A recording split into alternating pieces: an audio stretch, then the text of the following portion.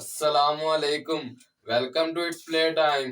तो नाजरीन, आपके लिए जो अपडेट है पीएसएल में कि इस्लामाबाद यूनाइटेड ने पेशावर ज़ल्मी को मैच नंबर 20 में शिकस्त दे दी है, जो कि रावलपिंडी में खेला गया था। यानी आज यानी ये पहला मैच था रावलपिंडी में, क्योंकि आपको पता है प्रीवियस दो मैचेस जो रावलपिंडी में होने थे वो बारिश की नजर हो गए थे। उसके बाद आज यानी ये पहला मैच रावलपिंडी में खेला गया, जो कि इस्लामाबाद यूनाइटेड वर्सेस पेशावर ज़ल्मी था।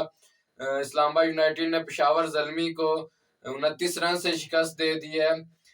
तो उस पर अब आज डिटेल से बात करेंगे। तो चलते हैं मैच की डिटेल्स की तरफ।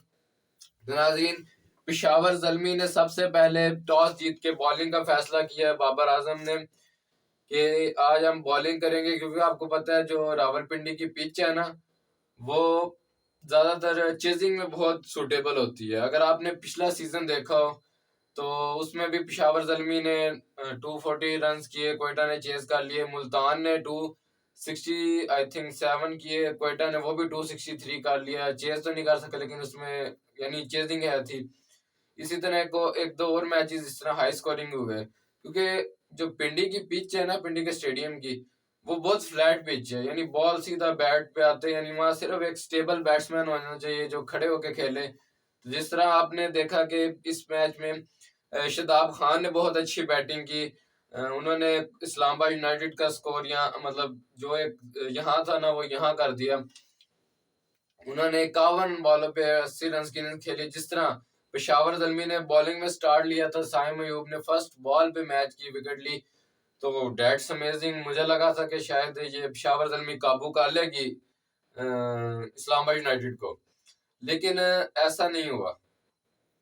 इस्लामाबाद यूनाइटेड की पहली विकेट तो गिरी, लेकिन उन्होंने विकेट्स की परवाह नहीं की। फिर मुनरो भी आउट हो गया, फिर सलमान आउट हो गया। इसी तरह फिर शादाब खान एंड में जाके आउट हो गए, शादाब खान भी। लेकिन मैंने देखा कि उन्होंने ये चीज नहीं अपनी गवाई के एक होता ना, जैसे विकेट्स गिरे हैं तो लाइन लग जाती है, नहीं। उन्होंने अपने आप को स्टेबल रखा। बैट्समैन आया, पिछली विकेट गिरी, कोई मसला नहीं, उसने आके अगले ने आके अपना क्या कहते हैं रिस्पॉन्स दिया है। देखे ना, अगर आप पिछले की प्रेशर ले लेंगे, यार पिछला आउट हो गया है, अब ये मतलब ये जिस तरह की आप माइंड सेट लेके आएंगे स्टेडियम में, तो आप याद रखिएगा कभी भी आप कामयाब बैट्समैन नहीं बन सकते, और ना आप स्टेबल इनिंग्स खेलेंगे। तो आपने सिर्फ ये माइंड सेट रख था ना कि यार मैं अब फ्रेशर जा रहा हूँ, ठीक है, मेरे पीछे आगे पीछे कुछ नहीं है। आपने खुद स्टेबल जाना है और अपनी इनिंग्स खेलनी है, आपने अपनी टीम के लिए खेलना है। फिर आप देखिए आप यानी वाकई अपनी टीम को सपोर्ट कर सकेंगे। जिस तरह आज इस्लामाबाद यूनाइटेड ने यूनाइटेड होके खेला है, उन्होंने विकेट्स की परवाह नहीं की कि स्टार्ट में एक दो विकेट्स ऊपर नीचे गिरी हैं तो कोई मसला नहीं। इनिंग्स को बिल्ड किया, स्टेबल रखा, तो उन्होंने 196 का टोटल लगाया बोर्ड पे। 197 का टारगेट दिया। पेशावर के बॉलर्स ने कुछ खास बॉलिंग नहीं की। मैं ये नहीं कह सकूंगा किसी ने बहुत अच्छी बॉलिंग की है, ठीक है। साइम ने बहुत अच्छी ठीक है, मतलब नॉर्मल सी बॉलिंग की, ज्यादा बेस्ट भी नहीं थी, ज्यादा बुरी भी नहीं थी। इस तरह लकी वुड ने भी ठीक है एक विकेट ली, और साइम ने 2 विकेटें ली। इसी तरह आप चेजिंग की तरफ जाते हैं तो Peshawar Zalmi, I cannot believe this performance about Peshawar Zalmi previous match, but I cannot explain. I can explain these situation in this video. First of all, Peshawar Zalmi ने 167 रन चेजिंग में किए, आई थिंक 9 विकेटों के नुकसान पे, यानी 9 out हो गए पेशावर ज़ल्मी के। 20 ओवर्स उन्होंने कंप्लीट खेले। लेकिन पेशावर ज़ल्मी के अगर आपने स्टार्ट देखा हो तो उससे तो लग रहा था कि इन्होंने 100 भी नहीं करना, 50 भी नहीं करना। जिस तरह शुरू में आते गए जाते गए आते गए, पहले बाबर आउट हुए अपनी गलती की वजह से, वो शॉर्ट रन लेने के चक्करों में उन्होंने अपनी विकेट गवा दी। तो पता लग गया कि बाबर आजम के बगैर पेशावर ज़ल्मी कुछ भी नहीं है। हाँ, अलबत्ता ये आमिर जमाल ने प्रूव किया, उन्होंने बहुत अच्छी इनिंग्स खेली। पेशावर ज़ल्मी को एक लिहाज से उन्हें जीत के करीब ला दिया था, लेकिन दूसरे एंड पे बॉल्स कम थी। स्कोर तो ठीक है, वो खींच के ले गए थे, लेकिन बॉल्स बहुत कम थी, जिसकी वजह से वो टारगेट को कंप्लीट एंड तक चेज नहीं कर सके। और उससे चेजिंग से पहले ही आउट हो गए। तो इस तरह अगर मैं देखूं कि तो बाबर आजम के बगैर पेशावर ज़ल्मी की टीम मेरे ख्याल से इस टाइम पे कुछ नहीं समझ आ रहा था कि बाबर तो चले आउट हो गया, कोई मसला नहीं, उसके बाद साइम भी, हारिस फ्लॉप तरीन बंदा, बस चंद एक शॉटें खेली बस, उसके बाद फ्लॉप है। इसी तरह साइम भी एक दो मैचेस परफॉर्मेंस दे दी, उसके बाद वो भी सर फ्लॉप है। तो इस भाईजान इस तरह नहीं चलेगा, आपको परफॉर्मेंस देनी पड़ेगी अपनी टीम के लिए, पेशावर ज़ल्मी के लिए। देखिए आप पीएसएल में तो एक वो चीज है ही नहीं जो एक इंटरनेशनल का है, यानी एक टूर्नामेंट की जो प्रेशर होता है उसको आप इंटरनेशनल में नहीं लेके जा सकते। यानी इंटरनेशनल का टूर्नामेंट हो रहा है ना, तो वो हाई वोल्टेज होता है मैचेस, कोई भी मैच है वो हाई वोल्टेज होता है, लेकिन टूर्नामेंट का मैच आप एक दूसरे वे से खेल रहे होते हैं, तो इसमें वो चीज नहीं है। तो आपको इस तरह स्टेबल होके अपनी इनिंग्स को बिल्ड करना पड़ेगा और अपनी टीम का साथ देना पड़ेगा और यूनाइटेड होके खेलना पड़ेगा, जिस तरह आज इस्लामाबाद यूनाइटेड ने यूनाइटेड होके खेला है। तो आज का क्रेडिट इस्लामाबाद यूनाइटेड को जाता है, उनके बॉलर्स को भी जाता है। अलबत्ता मिड में आके उनकी बॉलिंग लूज हुई, लेकिन उन्होंने एंड में कवर कर लिया। और शदाब खान ने एक अच्छी इनिंग्स खेली, उसके बाद अगर पेशावर ज़ल्मी को देखा जाए तो आमिर जमाल ने भी, जिस तरह मैंने आपको बताया, उन्होंने बहुत अच्छी इनिंग्स खेली है। अगर उनका पार्टनर और उनके पास टाइम बॉल यानी बॉल्स होती ताकि वो एक इनिंग्स बिल्ड कर सकते, उस टाइम उनको जाहिर बात है हिटिंग की लगी हुई थी कि यार मैं हिट करूं हर बॉल पे ताकि स्कोर, जाहिर बात बॉल्स बहुत थोड़ी थी और स्कोर बहुत ज्यादा था उसके, तो फिर जाहिर बात है उन्हें हिटिंग की तरफ जाना था। और वो शदाब खान ने क्या कहते हैं उस टाइम पे ऐसी गुगली डाली कि उनको समझ ना आ सकी, वो अर्ली थोड़ा सा ले गए और उनकी ऑफ स्टम्प यानी वो बोल्ड हो गए। तो ये चीजें देखनी पड़ती हैं आपको मैच में। तो जिसकी वजह से इस्लामाबाद यूनाइटेड ने बासानी 29 रन से पेशावर ज़ल्मी को शिकस्त दी रावलपिंडी के स्टेडियम में, जो कि आज मैच नंबर 20 था। प्रीवियस मैच की मैं वीडियो नहीं बना सका, तो उसकी भी थोड़ा, उसका भी क्या कहते हैं डिटेल, तो थोड़ा सा रिव्यू आपसे शेयर कर देता हूँ।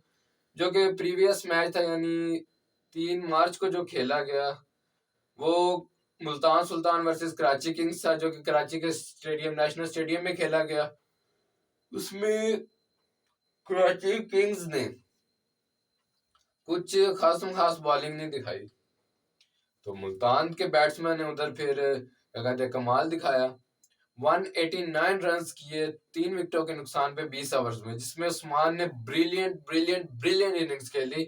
106 रन की इनिंग्स खेली 59 बॉल पे, नॉट आउट रहे वो, बहुत अच्छी इनिंग्स खेली। वो स्टेबल बैट्समैन है, उसको अगर आप मौका देंगे तो वो मारेगा, ये बात याद रखिएगा। उसको अगर मौका देंगे उस्मान को तो वो अच्छा खेलेगा। आपने पिछले सीजन भी देखा होगा क्वेटा के खिलाफ, उसको अगर लूज बॉलिंग देंगे, फ्लैट पिच होगी, तो वो उस पर मारेगा, वो नहीं बख्शेगा आपको, ये बात याद रखिएगा। वो इस टाइप का बैट्समैन है। और न्यूज एक नई मतलब अपडेटिंग न्यूज एक आई है, मैं जरा इंटरप्शन कर रहा हूँ डिटेल में, कि कैरन पोलार्ड के बाद उस्मान भी पीएसएल को खैराबाद कह के जा रहे हैं। तकरीबन नेक्स्ट में 1-2 मैचेस में वो मुल्तान को अवेलेबल नहीं होंगे, लेकिन 10 मार्च को वो पाकिस्तान वापस आ जाएंगे। ठीक है, उन्होंने दुबई में जा रहे हैं, आई थिंक, कोई पता नहीं, क्योंकि आपको पता है वो पाकिस्तान की तरफ से नहीं खेलते, वो दुबई चले गए थे पिछले सीजन के बाद ही, वो वहां पे अपनी क्रिकेट खेलते हैं फर्स्ट क्लास और जिस तरह भी। तो वो अभी फिर दुबई वापस चले गए हैं, तो इसलिए वो नेक्स्ट 1-2 मैचेस के लिए मुल्तान को अवेलेबल नहीं होंगे। 10 मार्च को वापस आ जाएंगे, उसके बाद वो अवेलेबल होंगे मुल्तान को उस्मान खान। तो इस तरह डिटेल की तरफ चलते हैं। जो प्रीवियस मैच की मैं बात कर रहा था कि मोहम्मद रिजवान ने भी 58 रन की इनिंग्स खेली 44 बॉल्स पे। ये बातें अगर आपने एक नोट की हो कि मुल्तान के जो बैट्समैन है ना, वो कुछ ज्यादा विकटें नहीं देते अपनी। अगर आपने उनका ज्यादा फीसद देखा हो ना, तो ज्यादा देखा होगा वो 2 आउट हुए हैं, 3 आउट हुए हैं, 4 आउट हुए हैं, उससे ज्यादा विकेट्स नहीं देते। और अगर वो चेजिंग की तरफ आ जाए, ठीक है, चेजिंग, तो उसमें भी उनका यही रिस्पॉन्स है, तकरीबन 3 आउट हुए, 4 आउट हुए, 5 हो गए, उन्होंने चेज कर लिया। यानी बहुत कम दफा हुआ है कि मुल्तान की ऑल टीम आपने आउट होती हुई देखी हो पीएसएल में, प्रीवियस देखा होगा, लेकिन अब मेरे ख्याल में मैंने नहीं इस तरह देखा कि उनके ऑल टीम आउट हुई है, बाकी टीमें फिर ऑल टीम आउट हो जाती है, लेकिन मुल्तान की जबकि रिजवान की कप्तानी है बहुत कम चांसेस है कि उनके ऑल टीम आउट हुए हैं। तो बहुत स्टेबल होकर खेलते हैं मुल्तान वाले, उनके पास ये कैपेबिलिटी है। और आपने प्रीवियस 3-4 सीजन से देखा होगा कि वो फाइनल्स में जा रही है और एक जीती है, फर्स्ट फाइनल जीती है अपना, यानी 2020 में 19 में, सॉरी 19 कह रहा हूँ, 21 में, 21 का फाइनल जीती, 22-23 का भी फाइनल खेली, लेकिन उन्हें शिकस्त होगी 22 और 23 में। इस दफा फिर वो ऑलरेडी ऊपर जा रहे हैं, यानी 2021 में वो पहले नंबर पे थे, दूसरे नंबर पे, सॉरी 2022 में पहले नंबर पे, 2023 में दूसरे नंबर पे, और आपने रिजल्ट देखा 3 साल का उनका। इसी तरह कराची किंग्स जब चेजिंग में आई तो ज्यादा कोई स्टेबल ना खड़ी हो सकी, शान मसूद ने थोड़ी इनिंग बिल्ड की, बीच मिड में आके मलिक ने थोड़ी इनिंग्स खेली, लेकिन कुछ मजा नहीं वो दे सके मैच में। तो कराची किंग्स मेरे ख्याल से सलमान इकबाल साहब, एक बहुत बड़ा शहर है कराची, पाकिस्तान का बहुत बड़ा शहर है, दुनिया का 11वां बड़ा शहर है, 2.5 करोड़ आबादी है, ठीक है। अगर देखा जाए तो इंडस्ट्री में भी क्या कहते हैं, पाकिस्तान का 30 to 35% पार्टनरशिप है पाकिस्तान में उसकी। तो क्या वजह कि आप एक कराची किंग्स एक अच्छी, और जिसको आप कह सकेंगे एक अच्छी टीम, अब लाहौर कलंदर है जिस तरह, वो क्या कहते हैं, बेशक मैचेस हार गई है, टूर्नामेंट से बाहर हो गए, लेकिन उनकी टीम है भाई, हमें पता है कि वो नेक्स्ट में ये कर सकते हैं, या उनके पास ये टीम है थी। लेकिन हम कराची किंग्स का कतई नहीं ये कह सकते कि उनकी वो टीम है जो होनी चाहिए, जिस तरह उनकी क्या कहते हैं मैनेजमेंट है उस तरह की उनकी टीम नहीं है, वो स्टेबल जिस तरह का उनका सिटी है उस तरह की उनकी टीम नहीं है। तो सलमान इकबाल साहब इस पे लाजमी गौर करें, इन चीजों पे गौर करें और एक अपनी अच्छी सी टीम बनाए। इसके बाद मैं मजीद थोड़ा सा अगर अपडेट की तरफ जाऊं तो पॉइंट्स टेबल पे थोड़ा नजर डालते हैं। 20 मैच मुकम्मल हो चुके हैं, तो मुल्तान सुल्तान ऑलरेडी क्वालिफाई कर चुकी है, क्योंकि उन्होंने 7 मैच खेले हैं, 6 जीते हैं, 1 हारे हैं, 12 पॉइंट्स है उनके, रन रेट उनका 1.1 समथिंग है, तो वो क्वालिफाई कर चुकी है प्ले ऑफ्स के लिए। अगर वो आगे हार भी जाती है उन्हें कोई इशू नहीं है। तो इसी तरह कोयटा ग्लैडिएटर्स दूसरे नंबर पे हैं, उन्होंने 6 मैचेस खेले हैं, 4 जीते हैं, 1 ड्रॉ हुए, 1 हारे हैं वो, उनके 9 पॉइंट्स है, रन रेट उनका 0.313 है। तीसरे नंबर पे इस्लामाबाद यूनाइटेड आ गई है, जिन्होंने पेशावर ज़ल्मी को शिकस्त दिया, और अपने चौथे से तीसरे नंबर पे आ गए हैं वो इस्लामाबाद यूनाइटेड। 7 मैच खेले हैं, 7 पॉइंट्स हैं, 3 जीते हैं, 2 हारे हैं, 1 ड्रॉ हुआ है उनका, रन रेट उनका +0.35 है कि 38 है, समथिंग ऐसे है, रन रेट उनका बाकी बहुत अच्छा है। और इसी तरह पेशावर ज़ल्मी 7 मैच खेले हैं, उनके भी 7 पॉइंट्स है, 3 जीते हैं, मेरे ख्याल 3 ही आ रहे हैं, और 1 ड्रॉ हुआ है उनका, 7 पॉइंट्स है उनके, रन रेट माइनस में है, -0.34 है। इस तरह कराची किंग्स 6 मैच खेले हैं, 2 जीते हैं, और उसके अलावा वो आई थिंक 5 हारे गए हैं वो, मेरे ख्याल नहीं 5 नहीं, सॉरी 2 हारे हैं, हाँ कराची किंग्स वाले 2 हारे हैं। मैं वो असल में इस तरह मुझे लगा जिस तरह उनके सारे मैच हो गए हैं, माजरत।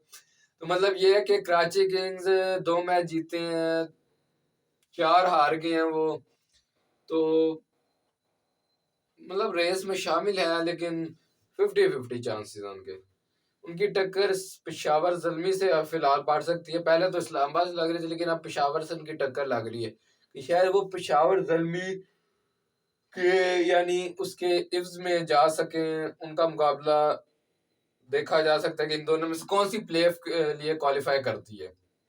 इसी तरह लाहौर कलंदर ऑलरेडी 7 मैच खेली है, 6 हार गई है, 1 ड्रॉ हुआ है, 1 पॉइंट है उनका, रन रेट उनका -0.9 है। तो वो तकरीबन आउट हो चुके हैं, तकरीबन 95% वो आउट हो चुके हैं टूर्नामेंट से। तो इसी के साथ साथ अगर हम थोड़ी सी रोशनी डालें कि पीसीबी के चेयरमैन ने ये ऐलान किया है कि 2025 की चैंपियन ट्रॉफी से पहले, इससे मैंने प्रीवियस वीडियो में जिक्र किया था कि पीसीबी साहब को एक पैगाम भेजा था कि हमारे स्टेडियम अपग्रेड होने चाहिए, आपने कल को आईसीसी के इवेंट्स होस्ट करने हैं। तो उसके आसपास ही कई न्यूज आ चुकी थी, लेकिन मुझे थोड़ा सा लेट पता लगी है। तो इसलिए फिर आपको अपडेट भी मैं थोड़ा सा लेट कर रहा हूँ। शायद काफी लोग मेरे व्यूअर्स को पता भी लग गया हो। तो चैनल को लाइक, सब्सक्राइब और बेल आइकन प्रेस करना बिल्कुल ना भूलिएगा। कमेंट और शेयर भी लाजमी करें। तो चलते हैं अपडेट की तरफ।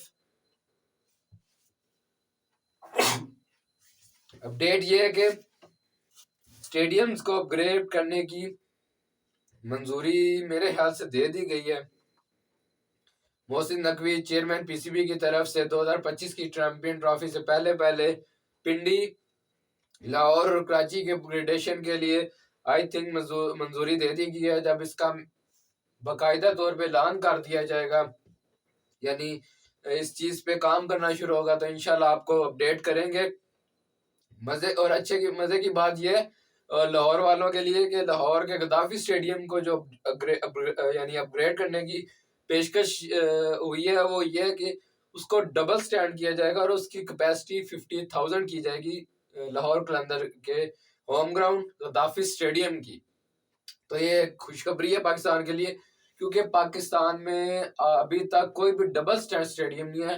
अलबत्ता एक डबल स्टैंड स्टेडियम पेशावर में बना है, अरबाब नियाज क्रिकेट स्टेडियम, लेकिन उसके अलावा अगर देखा जाए तो कोई पाकिस्तान के पास डबल स्टैंड स्टेडियम नहीं था। अब लाहौर के स्टेडियम को अपग्रेड किया जा रहा है। देखें कब काम शुरू होता है, इंशाल्लाह उससे भी आपको क्या कहते हैं अपडेट रखेंगे डे टू डे। तो इंशाल्लाह मिलते हैं नेक्स्ट वीडियो पे। मुल्तान और पेशावर ज़ल्मी का मैच रावलपिंडी में खेला जाएगा आज शाम 7 बजे। तो एयरवाइज स्पोर्ट्स और 10 स्पोर्ट्स पे लाइव दिखाया जाता है ऑनलाइन। आपको पता है एयरवाइज ऐप, तमाशा, टैम पैड, बाइकॉन और बिगन से आप लाइव स्ट्रीमिंग देख सकते हैं IPL PSL सीजन 9 की। तब तो इंशाल्लाह मिलते हैं नेक्स्ट वीडियो में। तब तक के लिए अल्लाह हाफिज। देखते रहिए प्ले टाइम। लाइक, सब्सक्राइब और बेल आइकन प्रेस करना बिल्कुल ना भूलिएगा, ताकि हर नई आने वाली अपडेट आप तक आसानी पहुंच सके। कमेंट और शेयर भी लाजमी कीजिए, ताकि मजीद भी लोगों तक ये अपडेट आसानी पहुंच सके। तो मिलते हैं इंशाल्लाह नेक्स्ट वीडियो में। एक दफा फिर आपसे मुखातिब हूँ। तो तब तक के लिए अल्लाह हाफिज। देखते रहिए प्ले टाइम।